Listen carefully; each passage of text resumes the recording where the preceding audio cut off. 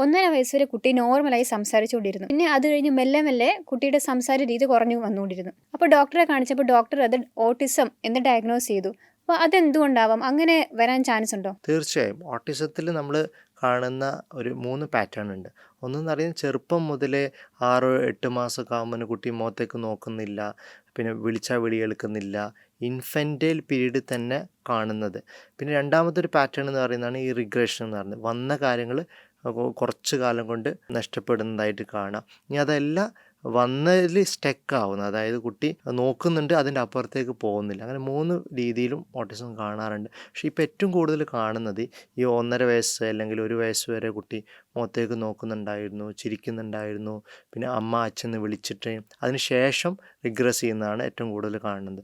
അതിൻ്റെ ഒരു റീസണായിട്ട് നമുക്ക് പറയാൻ പറ്റുന്നത് ബ്രെയിനിലെ കുട്ടിയുടെ ഇമ്പോർട്ടൻ്റ് ആയ ന്യൂറോൺസ് വളരെ ഫാസ്റ്റായിട്ട് ഡെവലപ്പ് ചെയ്തുകൊണ്ടേ ഇരിക്കുകയാണ്. അത് കണക്ട് ചെയ്യാൻ വേണ്ടിയുള്ള സിനാപ്സുകളൊക്കെ ബ്രെയിനിൽ ഫോം ചെയ്തുകൊണ്ടേ ഇരിക്കുകയാണ് ആദ്യത്തെ 2 to 3 ഇയേഴ്സിൽ. സോ ഇതിൻ്റെ ഇടയ്ക്ക് ഒരു സിനാപ്റ്റിക് പ്രൂണിങ് എന്ന് പറഞ്ഞൊരു പ്രോസസ്സും കൂടി സംഭവിക്കേണ്ടതായിട്ടുണ്ട്. ഈ ഒരു പ്രോസസ്സ് വേണ്ട രീതിയിൽ നടക്കാണ്ടിരിക്കുക. സോ സോഷ്യൽ കോഗ്നിഷന് വേണ്ട long range connections well form ചെയ്യാണ്ടിരിക്കുക, ഇങ്ങനത്തെ കാര്യങ്ങൾ നടക്കുന്നത് 1 ഇയറിൻ്റെയും 2 ഇയറിൻ്റെയും ഇടയ്ക്കാണ്. സോ അതുവരെ ഡെവലപ്പ് ചെയ്ത സ്കിൽസ് പിന്നീട് റിഗ്രസ് ചെയ്യുന്നതും ഇതുകൊണ്ട് തന്നെ ആവാമെന്ന് പറയാം.